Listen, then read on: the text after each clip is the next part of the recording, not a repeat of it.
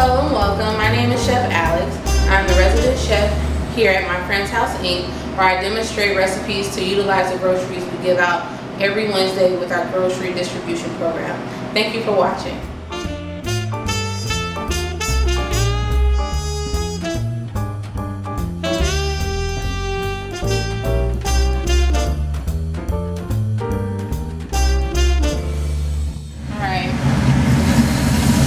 We're going to caramelize some onions. We're just going to saute them in simply vinaigrette Greek dressing. Just enough to coat the pan because it's a blend of oil and vinegar and other things. Our pan is already hot. So this is 4 medium onions going in all together. And you want them to sweat. So once they're in, I'm going to toss them to coat and then put the lid on. One of the keys to caramelize the onions is to draw out the moisture. We're not adding any salt to this just yet because the dressing does have salt in it.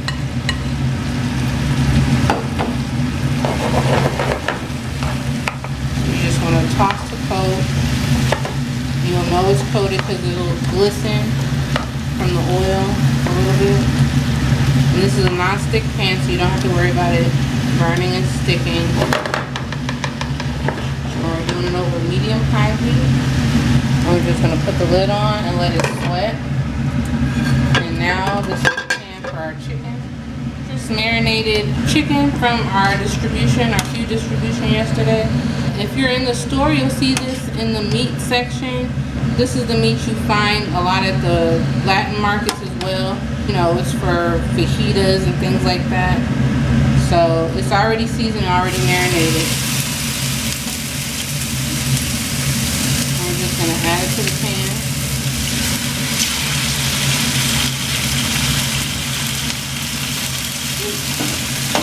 That's a little hot. Yeah.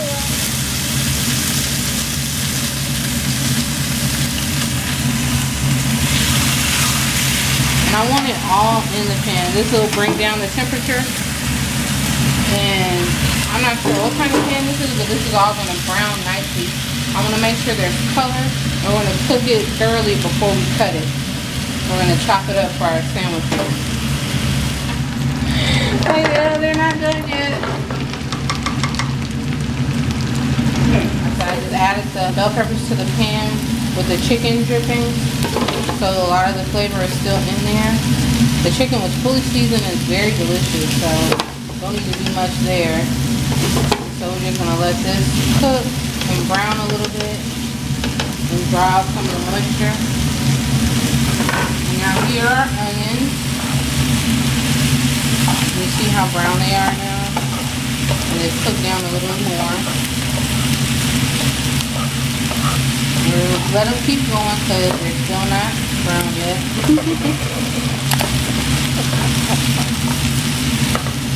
You want to scrape up the bottom of the pan to make sure nothing is sticking. And at this point, we're just going to leave the lid off so that the moisture comes off. Already starting to soften, the moisture is coming out.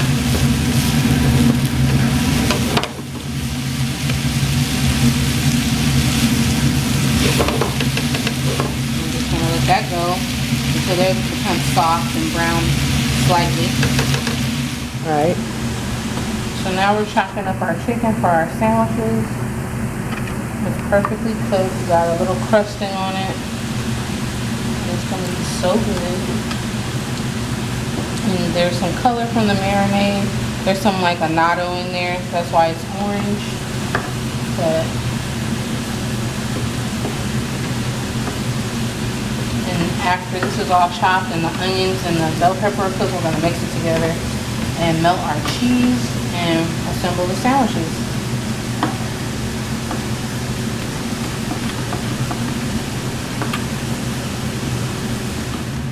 We have our chicken, our caramelized onions, our peppers, all mixed together. And then we're going to assemble our sandwiches and make our slaw to go on the side.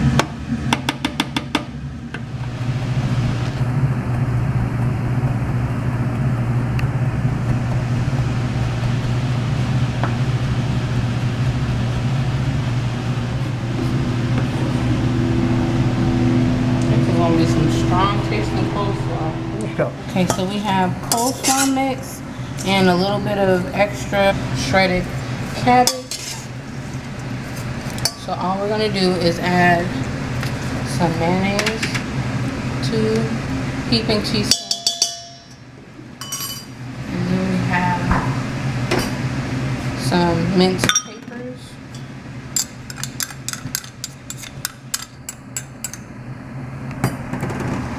some whole grain mustard.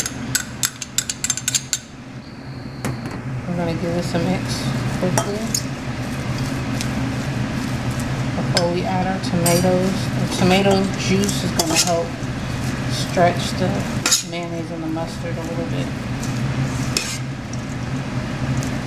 So now we have our tomatoes.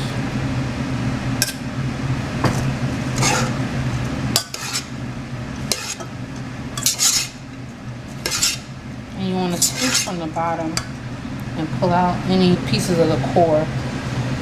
I'm just going to pull those out. And then fresh minced parsley.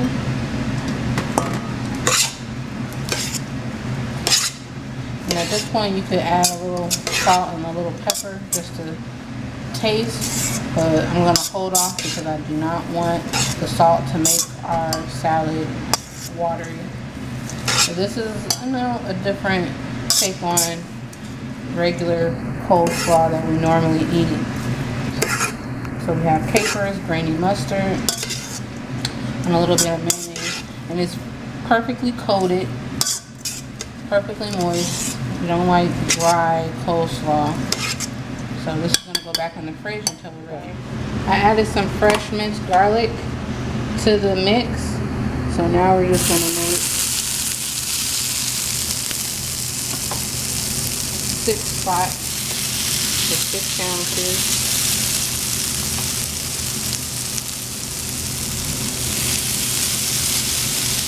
Or maybe 4.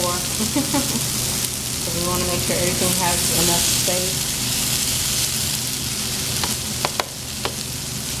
I'm going to add a little bit more here. This is some fresh Monterey Jack that I sliced that we got yesterday. And they're pretty thick pieces.